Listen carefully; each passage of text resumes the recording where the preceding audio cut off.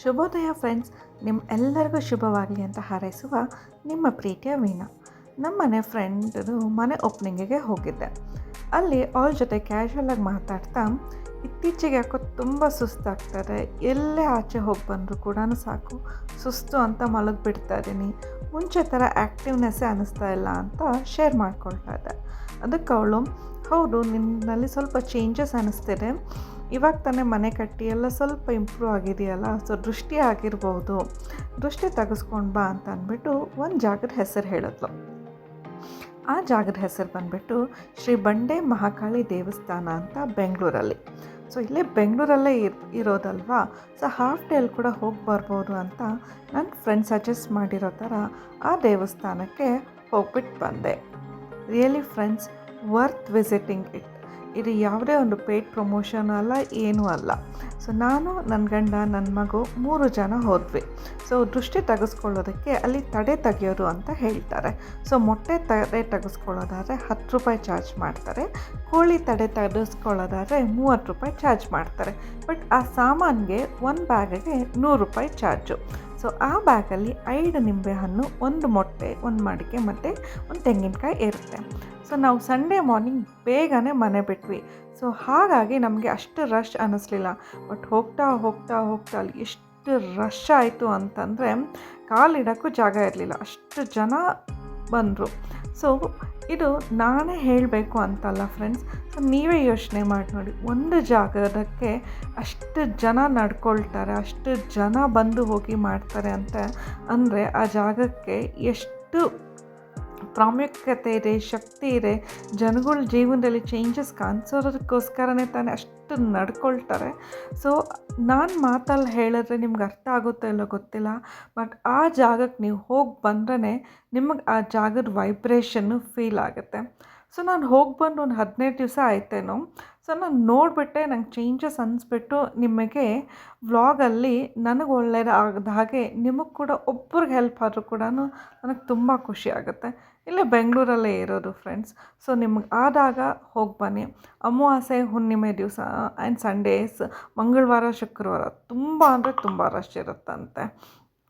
So ಹಾಗಾಗಿ ಚಿಕ್ಕ ಮಕ್ಕಳ ಜೊತೆ ಹೋಗೋರು ಏನಾದ್ರು ಪ್ಲ್ಯಾನ್ ಮಾಡ್ತಾಯಿದ್ರೆ ಮಗುಗೆ ಬೇಕಾದಾಗೆ ತಿನಿಸು, ನೀರು ಎಲ್ಲ ಇಟ್ಕೊಳ್ಳಿ, ಯಾಕಂದರೆ ತುಂಬಾ ಕ್ಯೂ ಇರುತ್ತೆ. ಆಮೇಲೆ ಟೈಮಿಂಗ್ಸು ಕೆಲವೊಂದು ಕ್ಲೋಸ್ ಮಾಡಿ 1 ಗಂಟೆ ಬಿಡೋದು, ಕ್ಲೋಸ್ ಮಾಡೋದು, ಈ ರೀತಿ ಇದು ಮಾಡ್ತಾಯಿರ್ತಾರೆ. ಸೊ ಕ್ಯೂವಲ್ಲಿ ಕುತ್ಕೊಂಡಾಗ ದೇವಿಗೆ ಮಾಡೋ ಅಭಿಷೇಕನೆಲ್ಲ ಅಲ್ಲಿ ಟಿ ವಿನಲ್ಲಿ ಲೈವ್ ತೋರಿಸ್ತಾ ಇರ್ತಾರೆ.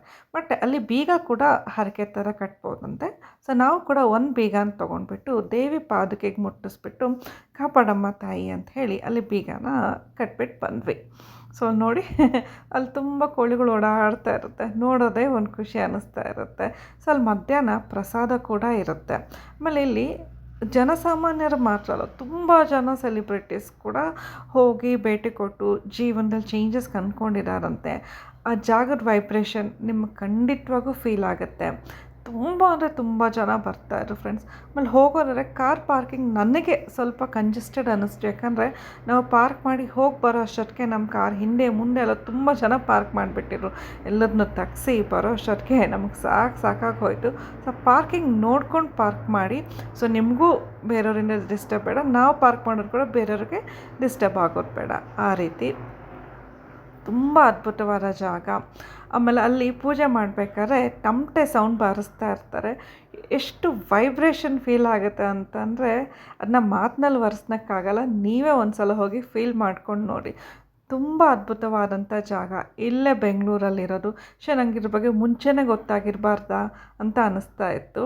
ನೋಡಿ ಎಷ್ಟು ಜನ ಅಂತಂದರೆ ಮಾತಿನಲ್ಲಿ ಅದನ್ನ ವರ್ಣಿಸೋಕ್ಕಾಗಲ್ಲ ಫ್ರೆಂಡ್ಸ್. ಹೋಗ್ಬಿಟ್ಟು ಬನ್ನಿ. ನಿಮಗೆ ಅದನ್ನು ಒಳ್ಳೆಯದಾಯಿತು ಅಂತಂದರೆ ನಂಗೆ ಅದನ್ನು ಕಮೆಂಟ್ ಸೆಕ್ಷನಲ್ಲಿ ತಿಳಿಸಿ. ಮಧ್ಯಾಹ್ನ ಅಲ್ಲಿ ಪ್ರಸಾದ ಕೂಡ ಇರುತ್ತೆ, ಹೊರಗಡೆ ಸಣ್ಣ ಪುಟ್ಟ ಅಂಗಡಿಗಳು ಇರುತ್ತೆ. ಸೊ ಯಾವುದಕ್ಕೂ ಏನೂ ಕೊರತೆ ಇಲ್ಲ, ಆರಾಮ್ಸೆ ಹೋಗಿ ಬರ್ಬೋದು. ಜಸ್ಟ್ ಪಾರ್ಕಿಂಗ್ ಒಂದು ಸಲ ಗಮನ ಕೊಟ್ಕೊಳ್ಳಿ ಅಂತ ಹೇಳ್ತೀನಿ. ಸೊ ಆ ದೇವಸ್ಥಾನ ದರ್ಶನ ತಗೊಂಡು ಜಸ್ಟ್ ಆಚೆ ಬಂದ್ವಿ.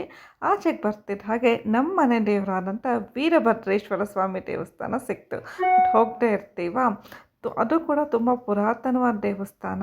ಸೊ ಹೋದ್ವಿ, ಅಲ್ಲಿ ವಿಡಿಯೋ ಎಲ್ಲ ಮಾಡ್ಕೊಳ್ಳೋಕೆ ಅಲವ್ ಇರಲಿಲ್ಲ. ಸೊ ಹಾಗಾಗಿ ನನಗೆ ಅಲ್ಲಿ ತೊಗೊಳಕ್ಕಾಗಲಿಲ್ಲ. ಸೊ ಆ ದೇವಸ್ಥಾನ ಕೂಡ ತುಂಬ ಚೆನ್ನಾಗಿದೆ. ಪ್ರಳಯ ಕಾಲದ ವೀರಭದ್ರ ಸ್ವಾಮಿ ದೇವಸ್ಥಾನ ಅಂತ.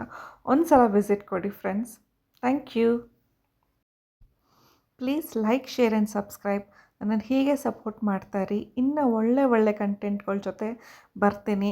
ಆಮೇಲೆ ಏನೇ ಒಂದು ಅನಿಸಿಕೆಗಳು ಇದ್ದರೂ ಕೂಡ ಕಮೆಂಟ್ ಸೆಕ್ಷನಲ್ಲಿ ತಿಳಿಸಿ, ನಾನು ಇಂಪ್ರೂವ್ ಮಾಡ್ಕೊಳ್ತೀನಿ. Thank you so much. Thanks for watching.